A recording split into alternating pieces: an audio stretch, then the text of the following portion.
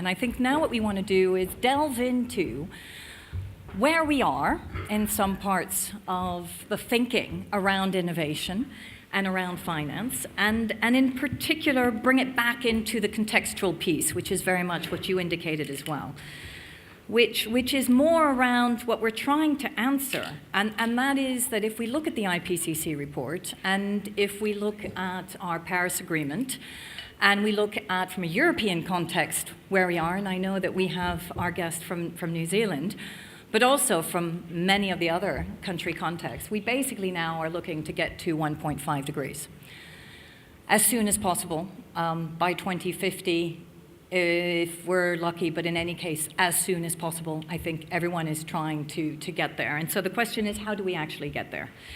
And so I'd like to introduce the panel, because I think you all bring very important perspectives and different angles to that question. We have Martin Spolc over here from DG FISMA, which is the Directorate General, which is in charge really of financial measures within the European Commission, and someone that myself and Nancy are working with a great deal these days, as we're both members of the technical expert group.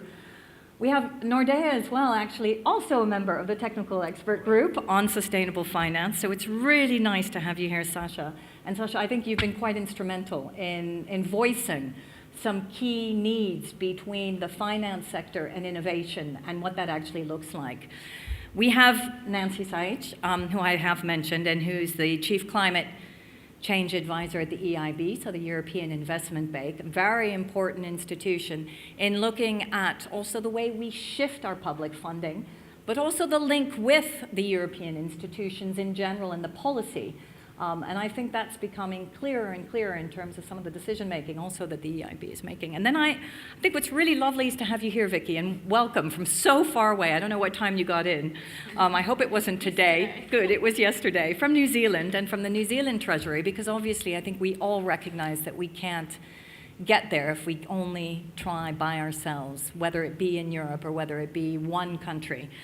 So I guess the question I'm going to ask all of you, and I'm going to ask you first, Martin, is if we are falling short of the pace and change required to maintain our 1.5 degree goal, and this is something that the IPCC has pretty much stated 2 weeks ago, then what policy and investment actions are needed to be more radical and to catalyze transformative sustainable finance? Thank you very much, Sandrine. Good afternoon to everyone.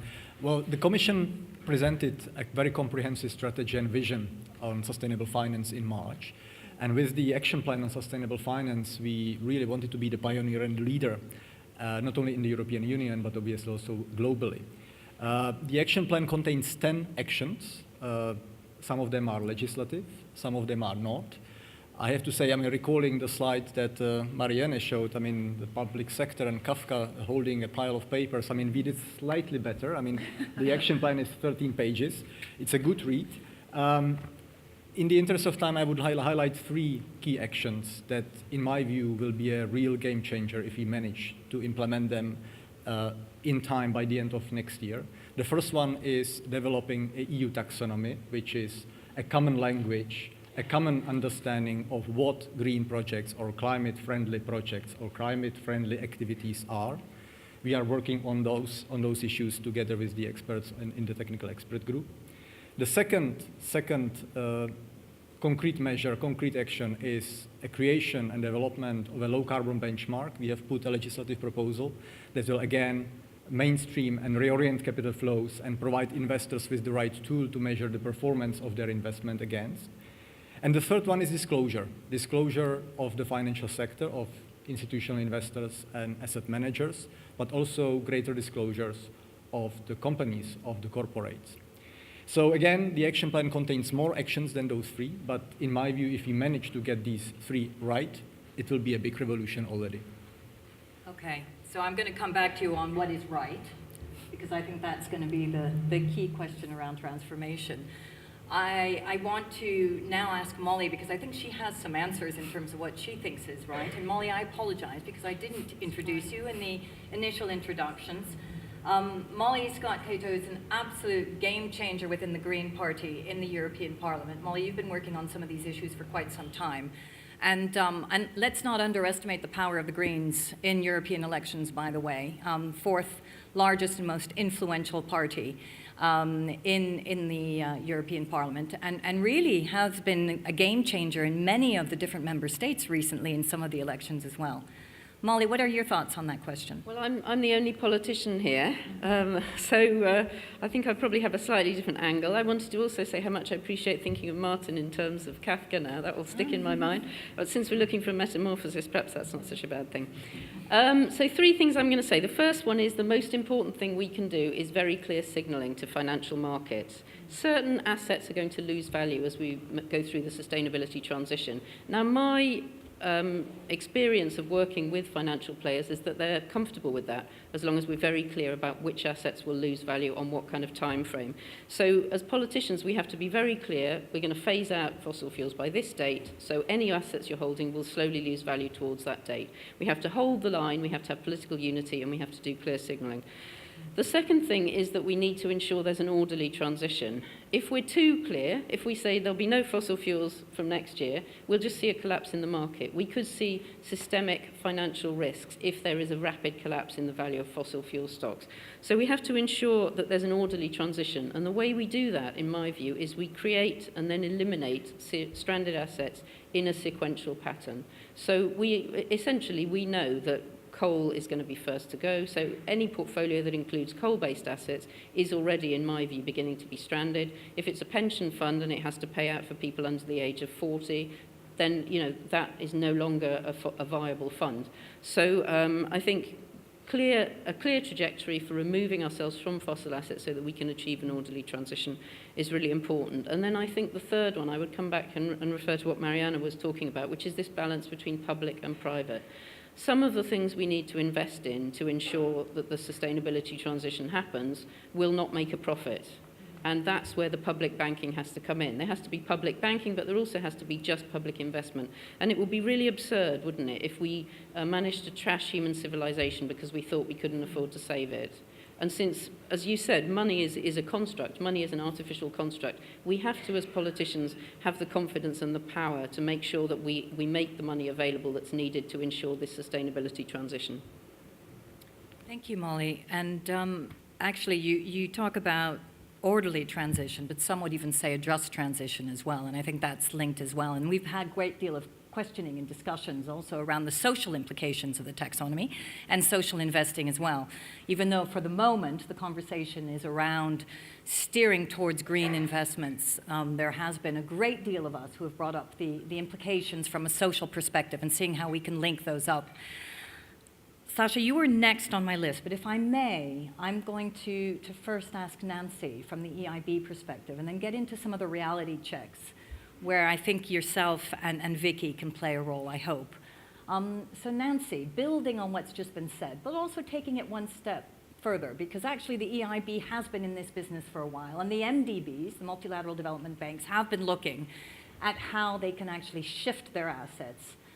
What has been your experience within the EIB? You bring a wealth of experience when we have our conversations in the technical expert group. It's been incredibly helpful to understand how we can simplify what type of sequencing we need. What is some of your thinking?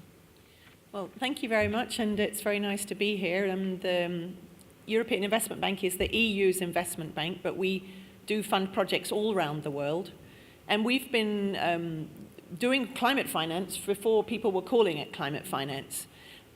We issued the first green bond 11 years ago now, based on climate mitigation, focusing on renewable energy and energy efficiency. So I think the thing I would say is we followed a path which has been a big learning, and it started really with focusing on climate and eventually evolved into having a target for our climate finance, and then realizing that we needed to have clear definitions. You can see where the taxonomy is coming from in terms of the work we've done with the other multilaterals. But what we realized is that as soon as you set a target, there's a natural tendency to just want to relabel things because that's the easiest way to meet any target. So one of the things we learned is you need to have a lot of robustness and transparency in what you're going to count. So I would say whatever the mission is, whatever the goal is, you need to have transparency, because I'm afraid human tendency is to just, let's put a green cover and a picture of a tree and away we go. So that's the first thing. The second thing I think we've learned is that not everything that's not climate finance is brown or completely not in line with Paris. It's not all things that we need to transition away from.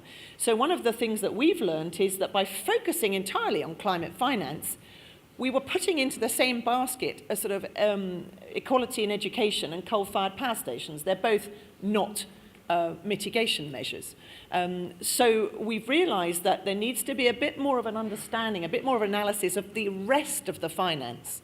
And I would say that's one of the reasons why, one of the things I find most interesting about the action plan is not the taxonomy, which of course I love working on, but there's a very interesting thing in the action plan about asking investors for their sustainability preference.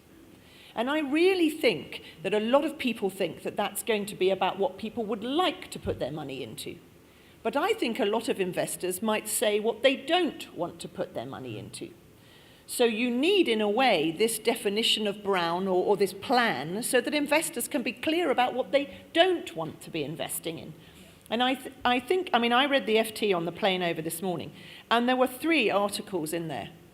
They weren't on the front. Of course, I'm the climate change expert. I'd like it to be on the front. But there was one about the World Wildlife Fund report on the massive biodiversity loss in the last 20 years. There was one from the financial analyst, I can't think what they're called, but the institution of financial analysts, talking about increased ESG finance. And then there was an editorial about climate action and risk. So I was very encouraged that there's a lot of discussion going on. But what I also think it shows is a linkage between different discussions. And I think that's the last thing I would like to say, is we've got to get out of this, we're talking about climate, or we're talking about biodiversity, or we're talking about sustainable development goals. If we don't have this climate lens, it doesn't mean that everything has to be climate finance, but we've got to look at that in all the other things, and we've got to focus on the win-wins. So for me, the big thrust of public finance in terms of innovation is how can we deal with more than one of these things at the same time?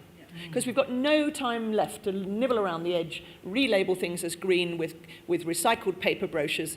We need to look at how we can address plastics in the ocean, biodiversity loss, resilience, massive reductions in emissions, all at the same time. And that's where I think we should be focusing the public money and the innovation. Thank you, Nancy. And I think you've really hit the nail on the head on the complexity of this as well, bringing in all these different elements. And I hope that Sasja, again, taking it from a private sector perspective, can bring in some of that complexity. And how do we actually make it more simple? How do we create the right signals, as Molly has indicated, for the investment community, but not bring in a framework, which is what we're trying to work on, all of us, that is so complex, because what we're trying to evaluate is incredibly complex.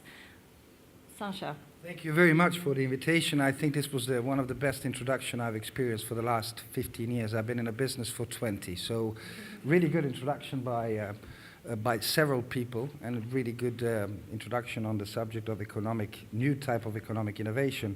I'm a bit puzzled when I come to these conferences because I live in a world which is financial, global. We sort of invest, lend, and finance on a daily basis. And we are not even thinking about 1.5 Celsius degrees. We are far beyond that. The numbers do not match. And the sense of urgency that we are sort of as an industry in, it's not there. The fact that we have 86% of all capital in the world invested in non-sustainable way is giving you a sort of a sense where we are. I'm very happy with the fact that we can contribute with many others to the European Action Plan. But I think, in a sense, we are a bit late. I think we need to start thinking more about what was earlier mentioned, survival mode of the sort of a society in general. So how do you simplify this? I mean, look, people in the financial industry are extremely good in making money and investing over a long period of times. And they are very good in understanding very complex things. So I don't think we need to sort of overcomplicate these things. We know what is actually unsustainable, and we know also what solutions on the market commercially are viable, so we can invest in them and contribute to the solutions. I mean, talking about these different things, about how do we really tackle the biggest challenge, which is the climate change for entire nations and the entire civilizations. I mean, 100 companies in the world are emitting 71% of all the emissions. What on the earth do we need to discuss more? I mean, how complicated is this? Most of these companies are not listed, some of them are. So I think in a sense of being very simple, I think there are simple solutions on the table. In the private sector, what private sector is seeing is that we see a lot of interest in the area. We see a lot of product series being developed. We see a lot of innovation. But still, in a sense, the fundamentals of the financial industry and our economic society has not changed. We are still basically where we have been for the last 70 years. Fiduciary duty has not changed. Fiduciary expectation of the companies has not changed, of the financial institutions and so on. Politicians are locked into national states. They are trying to do whatever they can. I might think Molly is doing great things in the European Union. But in general, I think the sense of urgency and the sort of a mode of a survival, which was addressed by your chair, is something that needs to be sort of brought up in the front a bit more sort of clear. We need to be very clear and not overcomplicate things, because we know what it is. I mean, you can look at the list. Everybody's sitting in this room. You can just go on the web and you find 100 companies, 71% of emission. What do we need to discuss? I mean, it's quite obvious. Yeah. Thank you. Okay, so the sense of urgency is coming back, which I think you're absolutely right. I guess the key question I would have back to you, Sasja, and maybe we can open that up afterwards, once Vicki has had a chance, is to then look specifically at what type of systems change. If this is a Band-Aid approach, then what kind of systems change are we talking about? Are we talking about deep, fundamental systems change within the financial system as well as the economic system? As I was indicating in my opening remarks, talking about what does it mean to be beyond GDP? What kind of indicators? What kind of metrics? What about the social contract of the financial industry? Yes. With the future? Where is that contract? How does it look like? How do we shape it? How do we discuss it? How do we engage on it? I mean, these are the things that we're actually not discussing. Technically, we're discussing a lot of things. But what is the social contract that we're building? On the basis of what values? If I can come in there, because I've been standing on that platform for 30 years and I haven't won that many votes.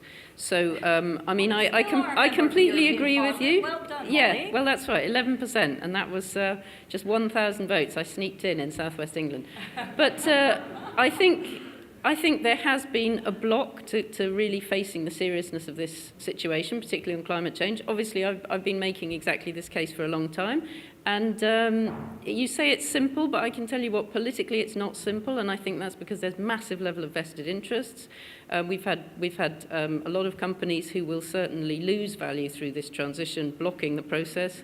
And we've also had politicians just not responding and really, not taking this issue seriously enough. So I think now that's changing. I think we have reached a point of change. I'm not sure quite why that's happened. I think the very strange weather and increasing, nature basically indicating that we've gone beyond a point of having to deal with this, I think is helping. But I don't think we've got a problem with technology. I think we can make the finance work. I think the problem is much more about political will and has been for 10 or 20 years.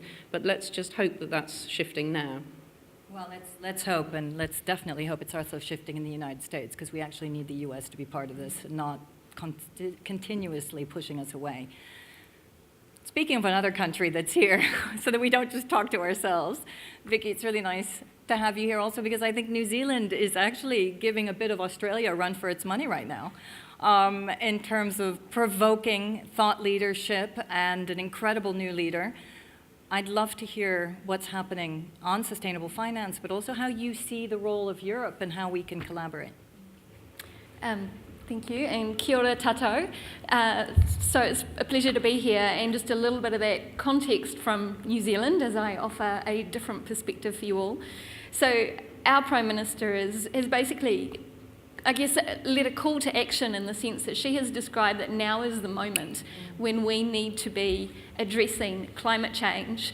And she's drawn an analogy with in the mid-80s when New Zealand decided to become nuclear free, and we said to the US, no, you can't send your ships here because you're not going to tell us if they're nuclear powered or nuclear armed. And that analogy is something which is quite deep in the New Zealand psyche, And it's about standing up for something because you believe it's right, even when it's uncomfortable, and even when there's costs involved. And so I guess that's sort of the context in which she has led that. And certainly the economic strategy that our government that's been in place for a year now has set is one which is about sustainability, productivity and inclusiveness. But then in that context, how do you think about addressing climate change and how do you actually go about trying to give that some effect? And that kind of, Sasha's comment about that sense of urgency, I think that is true. If you ask New Zealanders, then really high proportions of them believe climate change is real and we're going to do something about it. I'm going to personally do something about it. Then you ask them what they believe the rest of the world is going to do, and you're barely getting into double digits in terms of whether people think that enough is going to be done to be able to contain the rise in temperatures to a reasonable level, which is part of the challenge back to you. And as a relatively small emitter as a country, we actually need the rest of the world to do something because we are having to address adaptation and mitigation, because whatever we do on mitigation will never be enough to solve us having to do anything on adaptation. So in terms of what that might mean and what needs to be done, I guess I would describe it as trying to give some visibility and transparency to costs and benefits now and into the future. I think part of the challenge is that we always put a lot of emphasis on what the cost now is, and we forget about the cost in the future, or the benefit, the mitigated cost if we are able to contain the temperature rise. And to help do that, you have to make it real for people now. But people also need to believe that there's going to be a consistent settings through time, so that actually what they do now, the investments they make now, the behaviour change they make now, they won't regret that in 5 years' time because they don't need to worry that the parameters will change on them. And then the third C I've got clarity of costs and benefits, consistency of settings through time. My third C is commitment through a range of policy tools. We actually need to bring everything we can to bear. So some of that might be spending as government, but a lot of it is going to be around. So in New Zealand, we're thinking about the architecture, so the arrangements. We think about the price mechanisms, and we think about those non-price mechanisms. So be it regulation, be it standard setting, be it education. What are those different dimensions that you can bring? Because actually, we need to bring the weight of everything to it if actually we're going to be able to achieve the ambition that we've set ourselves. Thank you. I have a script here, and I'm not going to go by the script anymore, by the way, sorry, because my intuition tells me to do things slightly differently. And so I want to build on that urgency bit, especially also because I've just taken on a new role as the president of the Club of Rome, and we've just actually coming out now with a new climate emergency plan. And coming back to the really shifting the systems. I mean, the Club of Rome came out 50 years ago with the limits to growth. Look at where it got us. Unfortunately, a lot of doomsday, and in fact, now I think they're called the Doomsday Group. So when I actually accepted my presidency, I was told congratulations by some and condolences by others. And it really made me and many others think, those of us who are the kind of new generation of the Club of Rome, thought leaders and change agents, who are thinking, how do we link up this bottom-up approach that Mariana has indicated with the social contract, because that's what it's all about. If we don't have an orderly transition and bring people on the transition, then we'll have chaos. The voice of people, which actually now we have the Urgenda case in the Netherlands, which is the first time that the people have taken the government of the Netherlands to court for gross negligence because they did not meet and are not going to meet their 2020 target. The Australian citizens are going to do the same. We have a new court in the US that's listening to a similar trial by Jim Hansen, a famous scientist, and his 20 grandkids that will also do the same. And we're seeing Shell and Exxon that are being taken to court. So this bottom-up approach is fundamental in terms of the shift, but it's also this social contract of taking on the moral responsibility and accepting that somehow you need to be part of that new leadership. And so my question, I guess, to first those of you that are in government, both Molly and Martin, because I know how tough it is for Martin in the conversations of how we look at this complexity. And Sasja, you keep on pushing us to make it simple, but also make it deep. It's not easy. So I have a question to Molly and to Martin. How can we really do that concretely? This is going to go beyond those 3 points that you made, Martin. How do we make it real? That's the question. Let's start with you, Martin. Very good. Well, I should say that the action plan obviously covers the sustainable finance angle.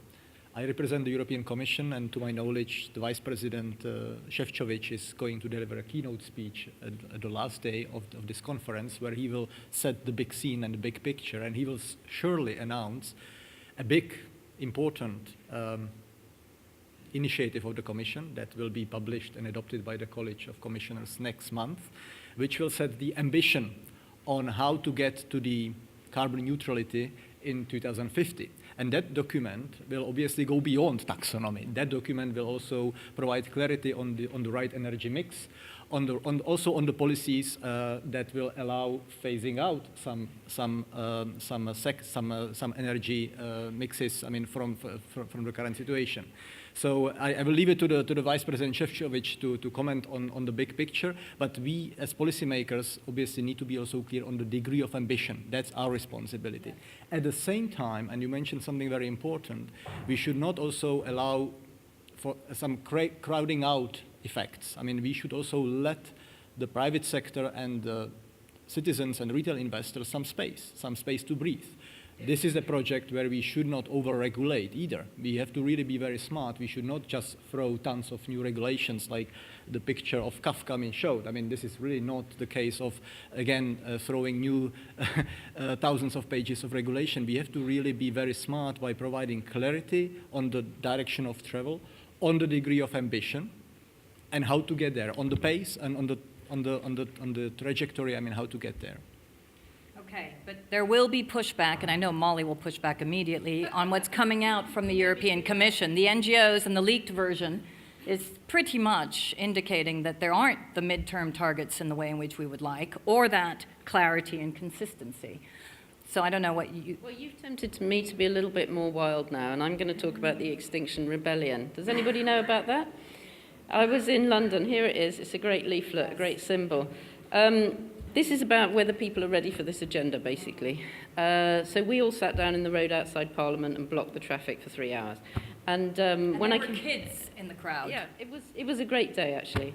Anyway, so I was hungry. I have to eat a lot. I went off and got lunch, and when I came back, I tried to catch a bus, and I couldn't get through. And I was thinking, oh, how annoying. And they said, there's some kind of demonstration. I was like, oh, what's it? Oh, I see. The Extinction Rebellion was still carrying on.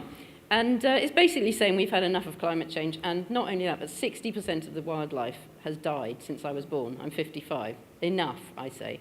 So anyway, so I spoke to 2 bus drivers who said, well, what's all that about? And I thought, right, I'm just going to tell them what it's all about. So I said, well, what I've just said to you, 55, 60% of wildlife gone, nobody's doing anything about climate change. They just said, we're both with you. 2 50-year-old bus drivers in London. People are ready for us to be a lot more radical than we're being, in my view. I wanted to say something about the Moon project. I have a little category in my head called Forward to Mars, which is about people who are denying the problems we've got in terms of the only life support system we've actually got, which is this planet, and thinking somehow we'll get to Mars and that'll be fine. I mean, I don't think the human species should be allowed into anybody else's area of space at all until we've shown we can look after our own patch. But more to the point, that whole thing about going to Mars, it's a mindset from the same time when actually the Club of Rome was set up. Yeah. So in a way, there are 2 sides of the same coin. Oh, look how powerful and amazing we are. Look what destruction we're causing.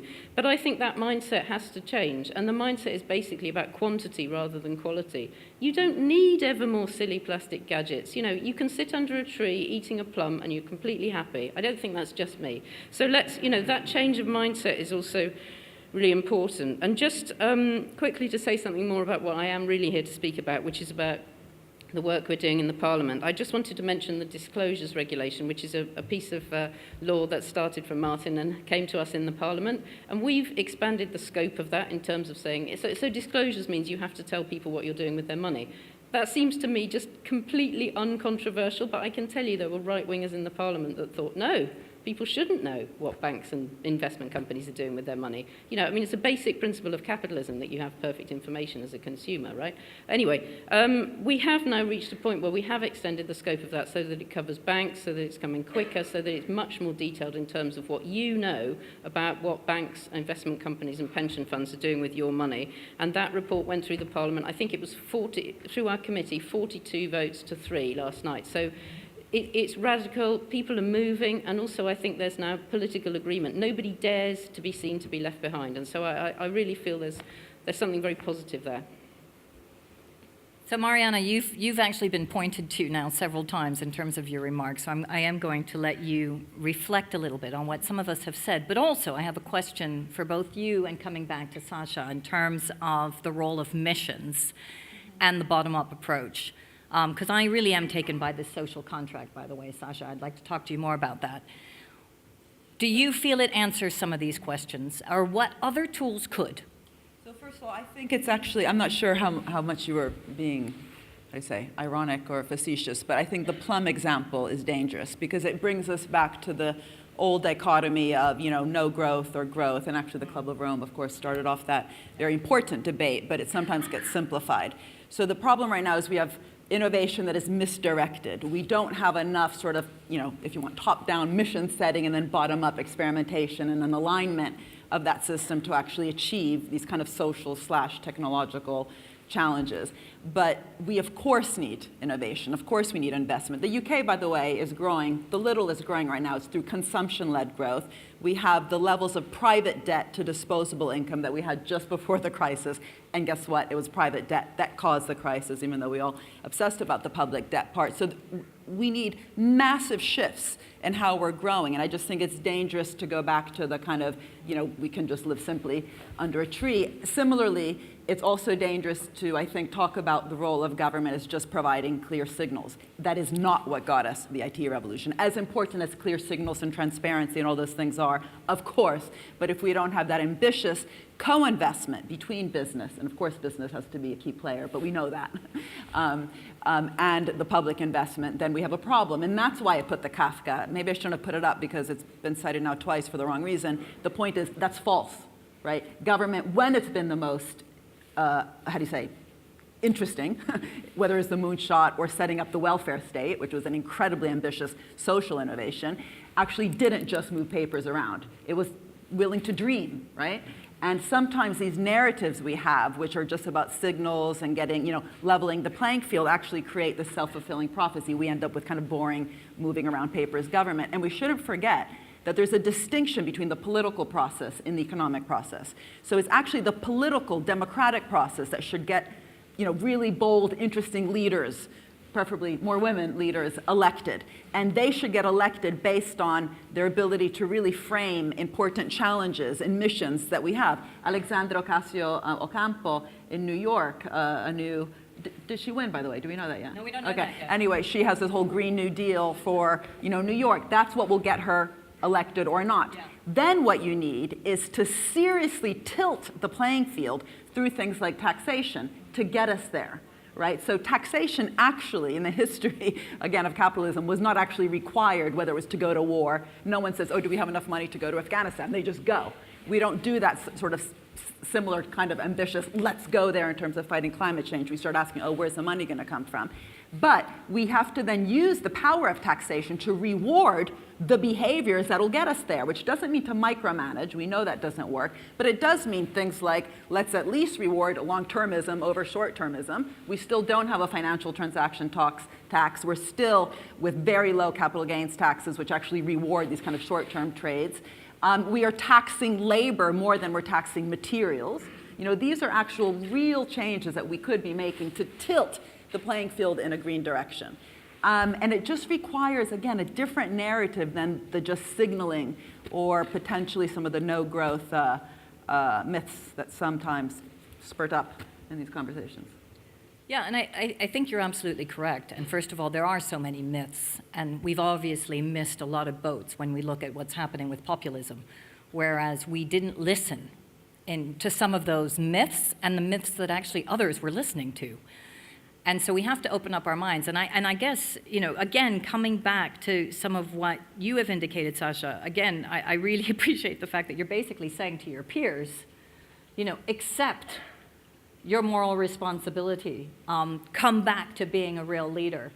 But how would you do that in practice? Because if the taxonomy is not going to do that, and if the disclosure is not going to do that, and if we need to really look at totally reworking the financial system, which we know is a long-term game, and we're in a short-term game for the moment because we already have to shift the bar, what would be the key levers that you would go in? Is it a mission type to the financial sector, or what would it be for you? I mean, now we're getting there in this discussion, which is really interesting. It's about leadership. But, the narrative of globalization is everybody's a winner. There are no losers. The social contract of the globalization is that we are all winners on this. We're going to all fix it, and we all know that's not the case. And the social contract, and going back to the politicians, I think the politicians have resigned their duty of taking responsibility. I like them giving directions, and I like them being sort of very clear on that, but taking the real responsibility for the future. And what I think it's interesting, it will be very interesting to have this discussion in the European Union and other places. What is the purpose of the economy and the financial sector? What do we want to achieve with it? We're going to get all rich and die happy and leave everything for the next generation. What is the purpose of it? Is the purpose to create economic development for the next generations to come, where we can find a balance in a way how we can do this? Or is the purpose that we all get just extremely wealthy? So, these are the discussions, and all of these technical stuff around, that's really good. It's really, really good that we are doing it. But we are not discussing the social contract of an industry of such importance as the financial industry. We've seen what has happened with no social contract 2008. And we are sort of heading towards the same thing again. So I'm a bit concerned actually, about the fact that we are not having these type of discussions with the CEOs of the big financial institutions, not asking them about their bonuses, because that discussion we had for 25 years, talking about what do they actually want to achieve, what do they want to contribute. So that's the thing, and how can we do that? We need to start talking about it, because we don't. I'm going to bring you in a second, Martin. I'm just a little bit cognizant of the fact that neither Nancy or Vicki have been able to join in. Just a quick thought. I was with the Norsk Hydro CEO recently, and he actually admitted to me that he was disgusted at the amount of money that his peers made across the globe. And when we look at Norway, they have the highest happiness index rating. So even the idea of wealth distribution and what does it mean to have greater growth and more money isn't being questioned, except by those that realize that actually they're not linked. You don't need lots of money to be happy, necessarily. You need enough, obviously, to survive and to be better off. But you don't necessarily need the amount of money. And when we look at the United States, the greatest growth curve, and yet most of the people are under poverty levels now, more than ever before. We have to be conscious. The fact that you have Nordic countries, which are the welfare states, we have a history of being balanced in terms of the market capitalism versus some kind of a socialistic approach to things and so on. The income inequality in the most wealthy welfare countries in the world is increasing. And if it's happening there, you can imagine what is going to happen in another parts of the world. I'm not saying it can't be managed, but we need to start discussing what's the purpose of the things. If the purpose of a financial industry, if the perfect market economy is what is it? Is it that we maximize the returns to our shareholders? Is that what we do? Then we know the rules of the game. And that purpose has not been changed. We've been discussing how to tackle climate change. We haven't even discussed how the tools that we use need to be reshaped. So that's sort of where we are. And I think the discussion going forward, probably, we will in 2 years' time or 3 years' time, discuss, okay, how we're going to handle the fact that now we have economic losses caused by climate change. We had a drought in Sweden last year. The half of the Sweden did not have water. And fires. So, and how do we price that in? Well, I think that many people right now are wondering, so how are we going to do this? It's here, it's not tomorrow, it's not in 2 years, it's now. did you have a quick thought? You want to come in quickly? I just would like to ask, Sasja, whether he would like the policymakers to facilitate the discussion about the purpose. Yes. I agree, that the policymakers obviously have a role, and I agree. Mariana told us not to use the word facilitation. So what can we do? Provoke. Let's have the Commission provoke the financial sector to have a conversation. I'm happy to do that. I will propose it to my Vice President. I know you will, because you are. That's one of the ideas that I will bring back to Brussels. But I will need you, Sasja, then. Yeah, I'm I here. would also like to, again, call upon you and all of you who would like to participate in the debate, to take also an active leadership. This is the man to do it, because he is trying to change things a little bit. Yeah, but we're not facilitating, we're going to do it. So, I think that I would like to mention something that you just mentioned in passing and nobody's picked up, but I would like to mention it, and that's the just transition. And to me, there are two sides of that we need to think about. We have to think about the fact that no matter we might talk about Sweden and Norway and Luxembourg and what have you, that there are huge parts of the world where it's not about decarbonisation, it's about development along a low-carbon path. And what you need to do that is to avoid what we did in the developed world, to avoid the technologies which are high-emitting technologies. And for that, you do need you need new technologies, you need new ways of doing things, because those countries need to provide power and transport and water to their people, and we need them to do it. We also need them to do it along a low-carbon path. So there's that aspect, and then there's the aspect which comes up in the American discussion, but is also very relevant for the COP in Poland, is that we need, if we're going to transition away from emitting industries and from fossil fuel industries much faster, which we know we need to, then there are whole parts of the world where those industries will need to close down quite quickly. And as you say, we need to think about that, how that's done. It's not just the financial system, there are whole communities and regions whose whole existence is about that. And we need them to just stop doing that. And so you need innovation and jobs there so they see hope. So for me, I really think this just transition is a key place where government and public banks have to be proactive. Because if we allow either the rest of the world to go off on the pathway we took, or we leave these regions to become extremely unsettled by the collapse of their economies, then this will undermine the very action we need to take. So I just want to put that on the table. No, I think there are two levels of the just transition. One, which you've definitely talked about, which is the development in those regions that still need to continue to develop, and where we need to respect that development but hope for a different type of development and leapfrogging and learning from our mistakes. And then there's the part of the link with the social contract, which we're saying more and more, which is actually what ITUC, the International Trade Union Confederation, under the incredible leadership of Sharon Burrows, is doing, which is pushing and forcing that social contract into the conversation of the just transition and saying we need to bring together governments and unions to have a real discussion about what it means to shift from coal. And she's working with the Poles in order to make that happen. And she's saying the employers need to assume that responsibility, but we will work with you and create the funds in order to make it work. So it's an exciting time where we can build on that. Are some of these similar conversations happening in New Zealand, Vicki?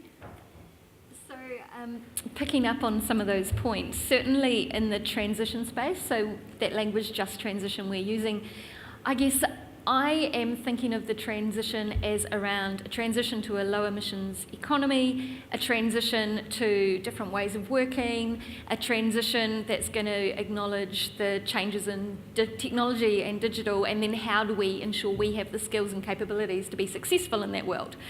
So there are different elements of transition that are weaved within that. But it's also where some of that long-termism versus short-termism really comes to the fore, because actually what are the steps that you need to be taking on that journey to get to that different future that you are envisaging or aspiring to. And in that context, I wanted to also just mention some work that we're doing, which I think also speaks a little bit to the what is the purpose of the economy and finance, because actually, and also the whole beyond GDP point that Mariana raised earlier as well. So we've developed a living standards framework a number of years ago in the New Zealand Treasury, which is based off some work that the OECD has done, which is about lifting intergenerational well-being. And that means that you need to take into account current well-being, but you need to take into account future well-being. And what are the factors that are going to support future well-being? And we're talking about them within the context of financial and physical capital, environmental capital, human capital, social capital, and there's cultural elements that are weaved all through that as well. Now, they're interdependent and they all work to support well-being, so we're interested in the growth of each of those, the distribution of each of those, and the sustainability of them, and how resilient they are, because otherwise that future well-being is not going to be there. So if I bring that through to actually how we are thinking about climate change in that context, then that means that you need to be taking account of policies in all sorts of different domains and understanding how they might impact natural capital down the track, or how they might impact the physical and infrastructure that you have if you're thinking about adaptation, or how they might impact social capital because of issues around trust and regional diversity.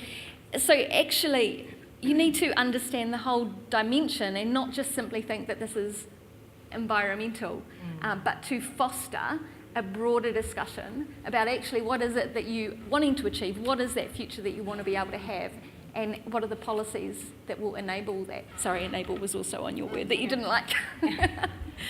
No, thank you, Vicki. I think what I'm going to do is actually open it up a little bit to you and to see whether any of you have a question. Please introduce yourself and try to remain provocative or pioneering in the way in which you put forward your question.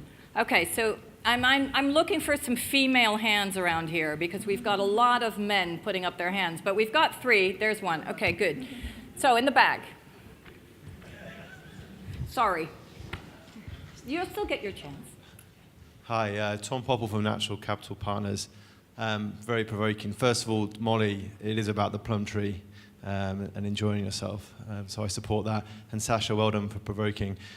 We actually ran an event on the back of the UNFCCC's call for the Talanoa Dialogue, where 61 companies around the world got together to talk about achieving net zero emissions, and they were far more radical and realistic and ambitious than really most of the dialogue I've heard on stage today, bar Molly and Sasha. I think it's important for policymakers to actually listen to the voice of progressive business in this scenario. And the calls that we heard, and you can read the report, it's publicly available now, was actually for policymakers to be bold with carrots and sticks, taxation levers, to incentivize those companies that are doing great things and to de-incentivize those that are polluting, those 100 companies that Sasha mentioned. So the call that I want to put the question out to the people on the panel here is actually the question put by those 61 businesses. Why aren't you bolder in your policies, your laws, and your taxations to drive action today, here, and now? Thank you.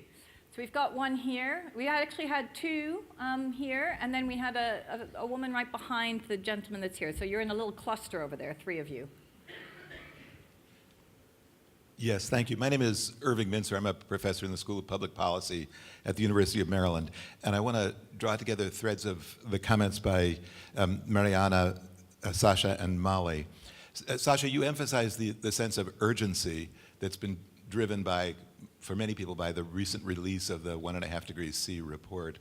And Mariana, you spoke about the importance of policy coherence in moving us together toward a strategy of development that can take us away from dangerous human interference in the climate system.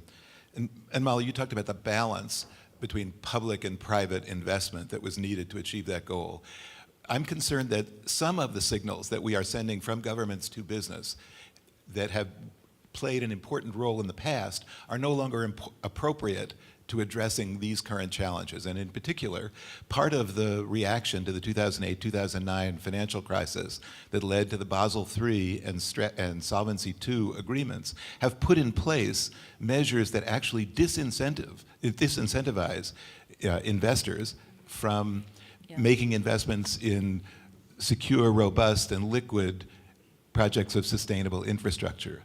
What I would ask both Molly and Nancy in particular, what do you think that the European institutions can do to help influence the Basel Committee and the national implementing authorities for Basel III and Solvency II to rethink the requirements around the liquidity coverage ratio for commercial banks and what can be carried in the Tier 1 core capital accounts counted toward those necessary assets that ensure liquidity in the banking system? Okay. How can we I'm rethink gonna have to that? interrupt you there so that we can give a chance to the others. Thank you. And there's the lady behind you as well.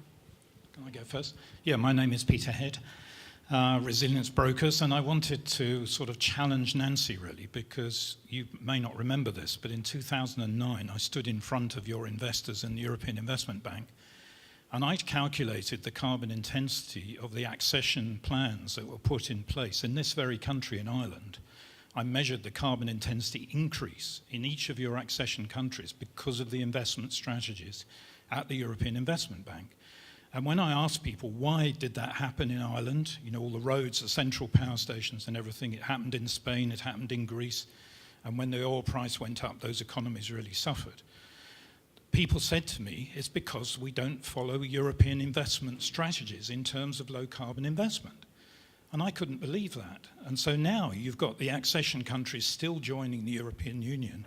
Why can't you work with those countries to show the rest of the world how this can be done? And you're not doing it. You're saying, oh, well, let's do it in the developing countries. Why aren't we doing it in Europe? Okay, thank you. And then right behind you, there is the woman over here. Did you want to say something or not? My question's been overtaken. Thank you. Okay. Oh, I see. Yeah. That was a good tactic. There are two here, and then we're going to stop. And Nick, yeah, I'll give you the microphone as well. Thank you very much. My name is Patrick Flanagan from the World Bank.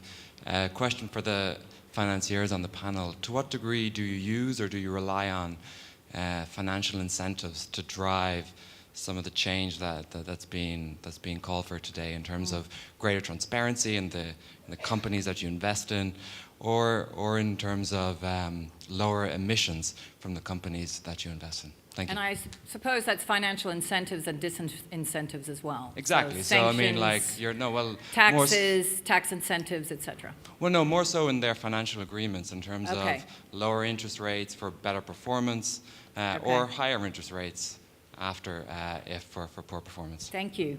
So there was one here, and then there was Nick, and then we're going to call it quits. We have one here? I don't know who. There was a hand that was over here, wasn't there? Yeah. You want to ask something? In the back. In the back. There's a woman there. Yeah. Right. Gosh. Hello, my name is Štěpánka Králíková and I'm a postgraduate Master in Development Practice student here at Trinity. And with my classmate, we were just speaking that you discussed mainly carbon emissions in terms of CO2. But what about methane, which is actually much worse than CO2? How can climate finance work on this? Yeah, very Thank good you. question. I don't think we gave a signal that we were only focusing on CO2, but I do know Nancy will answer that because we did have exactly that discussion inside the TEG a few months ago around making sure that we looked at methane. Okay, Nick, right over here. Nick Robbins from London School of Economics. Great to hear Nancy talking about the imperative of the just transition. We're working with Harvard, the PRI, and the International Trade Union Confederation to mobilize investors. We have $4 trillion of assets behind it. I'd really like to hear the panelists talk about what private capital can do for the just transition, in particular, Sasha, your words. Thank you. Thank you. Okay, last quick question, very quick. Yes, the gentleman here. Trinity College Engineering. I feel I don't think we can hear you. I feel the general discussion has become too much complex and it's missing some major points. One of them is market failures. The whole of the EU is predicated on the market, but we have market failures all over the place for the simple reason that you cannot price certain things. I can think of many. The Hill of Howth, for example. And the second thing is that the law of unintended consequences. You start down the road on any project you wish, historically, and you'll find you're not too far into it when you have some effect that is totally contrary to what you started with. So you're in a land of chaos, and you're not paying enough of attention to that. Okay, thank you very much. So I'm going to start, actually, or those of you who want to answer, why don't you? There have been a variety of different questions. One which is actually very interesting on progressive business and the Talanoa dialogue. I don't know if someone wants to reflect on that and the question about how can we be bolder, especially from the policymakers. Go at that question over there, if you like, and then a little bit. Link in the Talanoa, how can we bolder as policymakers? I don't think that was. I think he decided I was bold enough, so I can leave that one. So I just wanted to come to your question about the way we're managing private finance, and I know Martin was deeply involved in that, and we have been through a systemic failure of the financial system, and the structures that are put in place now are designed to stop that happening again. In my view, they're deeply inadequate. So as Greens, we always take a more cautious and more prudential approach to managing the financial system than all the other groups. But what I do think is that we are creating a straitjacket for national governments to be able to invest. And I think there should be I think there should be a completely different approach to how money is created. And I believe in public money creation rather than governments creating money through private banks. And I like the German system because, as you pointed out, KfW has this ability to create the kind of investment that their country needs. But the problem is this is very difficult to achieve when you're in a single currency system, because then there has to be political agreement between those countries about how much governments can invest. And so, in a sense, although Germany has its own public bank and is able to do that, it's also able, unfortunately, to prevent other countries from making the sort of public investments in the sustainability transition that would allow us to move rapidly. I'm assuming this is my last chance to speak, so do you mind if I tidy up a couple of other things? Thank you.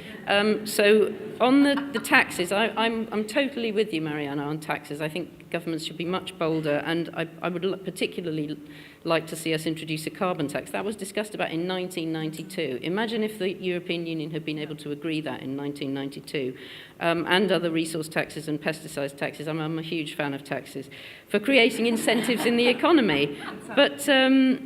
But the point, why did that not happen? Because you have to get absolute agreement. The European Union actually, in spite of what the Brexiteers tell you, has relatively little control over taxation. I wish it had much more control, but this is why we have to go through the emissions trading system, unfortunately, and not use the carbon tax. And now a little bit about dreams, because I'm capable of dreaming. When I'm sitting there under my plum tree, that's what I'm doing.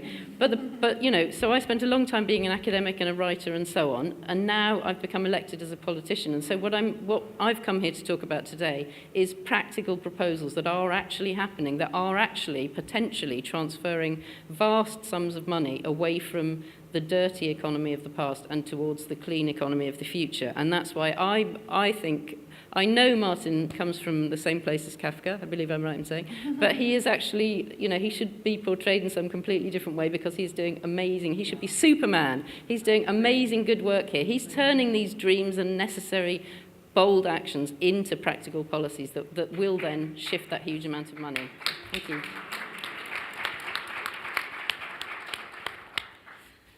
Who'd like to take a stab at some of the other questions on Basel and also on the financial incentives? Yes. I must be honest about Basel. They don't normally let the climate change expert into part two. Which is the problem. I think probably the people who run the financial side of the bank might say that I don't have the right expertise. Actually, my expertise is I'm a transport engineer, so that doesn't help there either. What I would like to say, though, is on a couple of things where the EIB was mentioned. Firstly, obviously, we absolutely should be doing everything we can in Europe. So I'm absolutely not suggesting that we focus only on developing countries. I was just highlighting that it's a different transition. Now, some of the accession countries also have a different transition. In fact, each country depends where they're starting from and where they have to get to, which is why the Paris Agreement is based on what each country is going to do.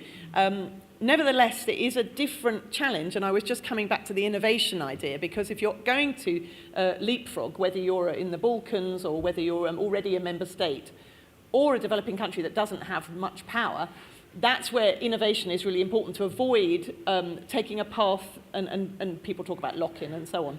If it was done wrong before, I'm sure it was. I'm sure things were done. You know, it's always good to look back and say, well, let's avoid making that mistake again.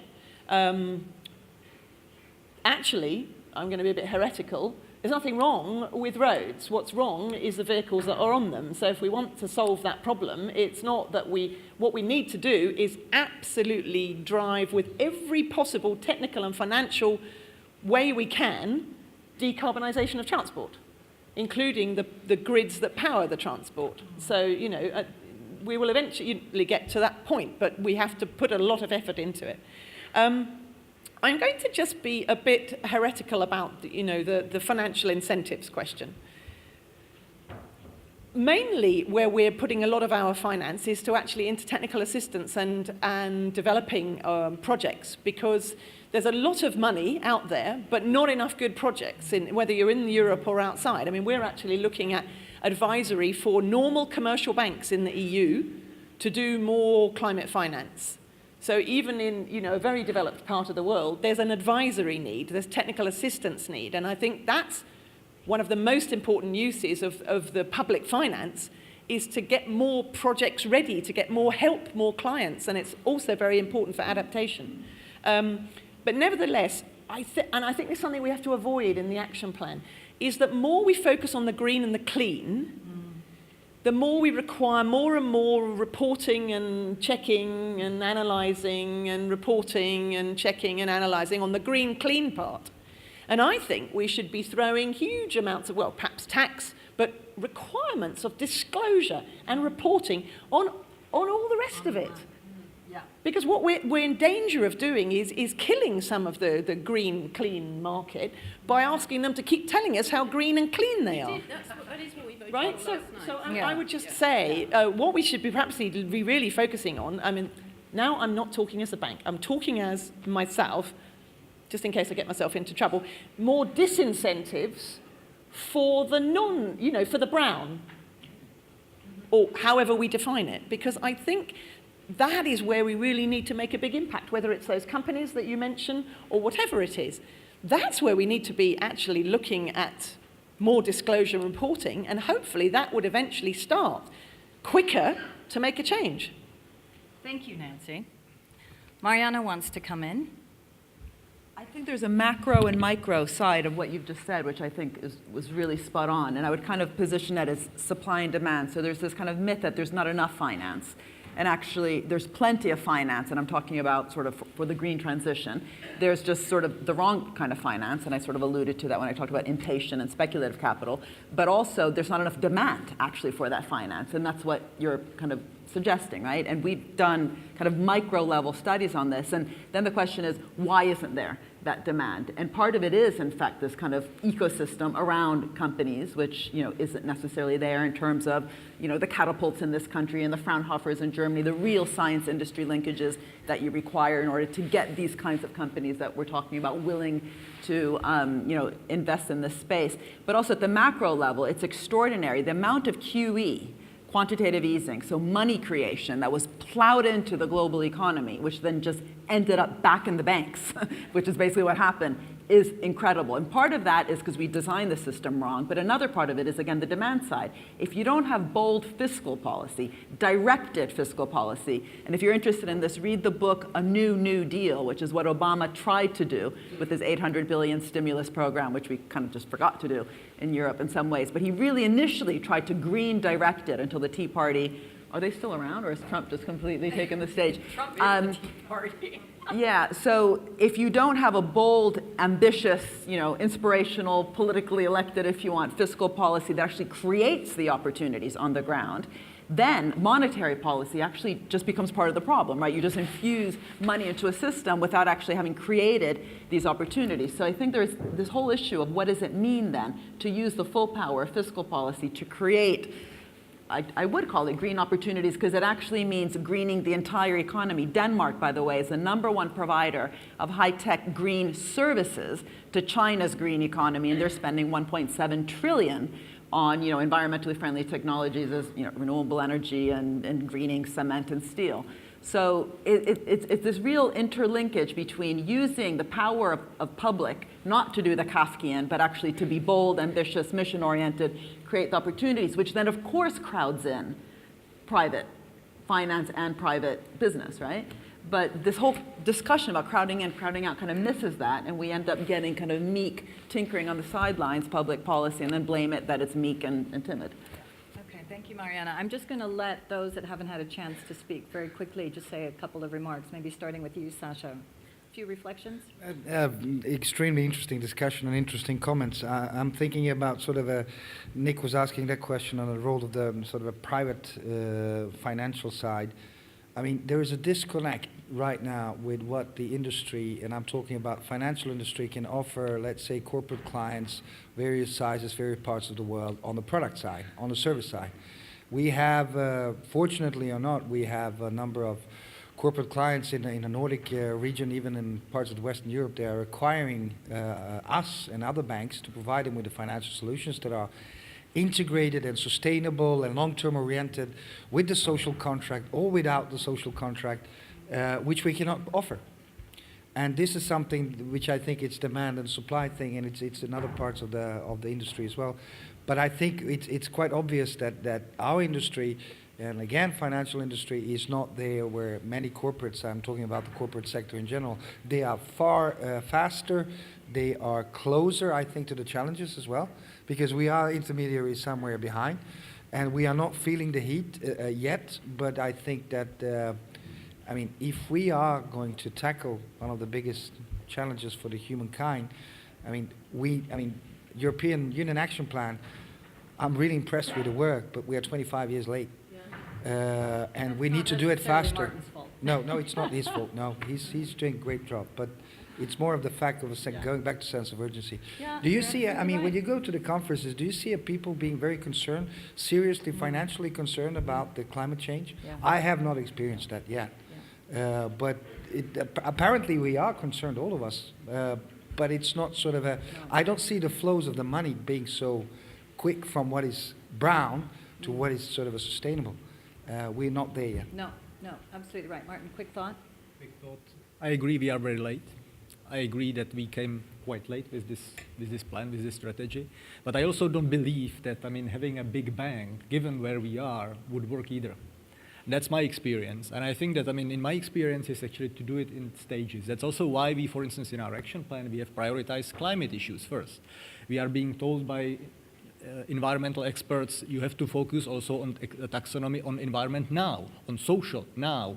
Well, we would love to, but this is not possible. There are also comments and suggestions, prepare a taxonomy on brown. We cannot do it now because we don't know necessarily, we have not been able to assess the impact of the brown taxonomy on the stranded assets. I mean, the regulatory scrutiny board that has analyzed our proposals, and I can tell you, I mean, my proposals were much more ambitious than those that actually you see now on the table.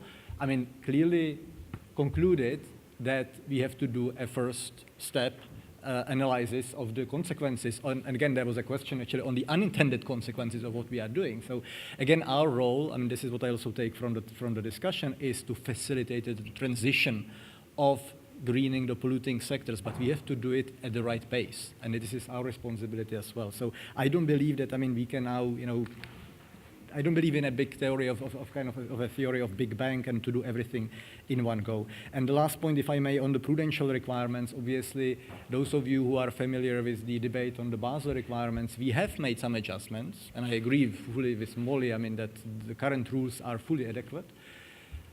However, in the light of the urgency on sustainable finance agenda, we have put an action that requires now the Commission and also the co-legislators to assess whether the current prudential rules are adequate in the light of the challenges we face in the area of sustainability. There is an explicit action that would basically require Commission to assess whether more appropriate capital requirements could be adopted to better reflect the risk of sustainable assets held by banks and insurance companies. And this way, it would work both ways, actually. It would work either positive or negative. So, I mean, on this one, I would stop. Okay, thank you. Vicki? So just a couple of things I was going to touch on. So one, I guess that challenge around being bold, and just from the New Zealand government perspective, we're kind of a little bit early in some of the work we're doing to be able to say just how bold we're going to be. But for example, a tax working group discussion paper recently talked about environmental taxes as one of the kind of top 3 things that thought we needed to really be focused on. But related to that, I was in a discussion recently where someone was saying the private sector is out ahead, government is following, and I think that that's true. But part of my challenge back is there are progressive businesses, but there's also a huge proportion of businesses that are back here in terms of their productivity or their willingness to address some of the emissions issues. So how are we collectively helping address that distribution and helping those other businesses move forward?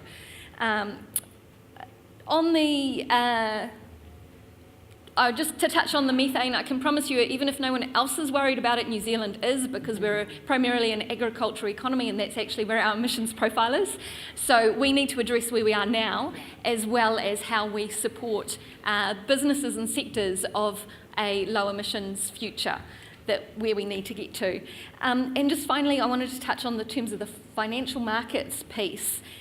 So certainly, our Productivity Commission recently recommended mandatory climate-related financial disclosures, and that's very much in the light of actually disclosing what are some of the consequences of what you would describe as brown activities now as well, because you need to understand that in the future those businesses need to shift, and so therefore there's a cost to those businesses in doing that, and that, as well as understanding a low emissions investment opportunity, can help shift where some of that investment is flowing to if you actually have clarity about what your future costs of some of those other activities are. And there's a lot of finance, but may not always be in the right place. Certainly in New Zealand, we see that there is a market failure in a particular point, which is how to help stimulate private sector finance into low emissions activity.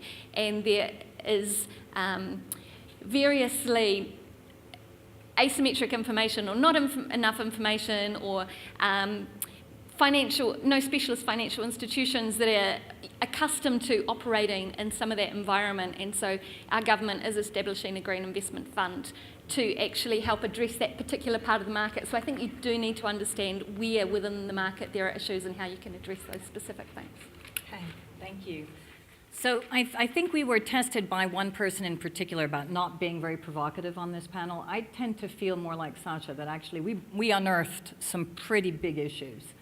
And even if we seem to not be very provocative, I can tell you that, again, as Sasja has said, there are not these types of discussions every day. Now, the question is, what do we do with it when we leave? Martin, I'm going to accept that you continue to facilitate this. But what I'm not going to accept is that we facilitate, those of us who are not part of the government. What I'm going to ask each of you to do, as I said in my opening remarks, is to provoke, is to pioneer, is to question, is to push. Martin is doing his best to deal with all the landmines that are being thrown at him. What we need to do is continue to create those landmines, but we also need to work with policymakers to ensure that actually we can create some level of ordinary transition. And why is that so fundamental? Because in the political context that we're in today, and again, I'm going to refer back to the midterm elections, but it's not just populism in the United States. It's populism here in Europe. It's populism in Brazil. It's populism in a growing number of countries because people feel disenfranchised. And so our dreamer over there, who likes her plum tree, somehow we need to have more plum trees. We need to create more dreams, and we need to bring people along so that they realize that actually what they thought was a dream is not really a dream, but it can be a reality. And we have to somehow make sure that we make it a reality.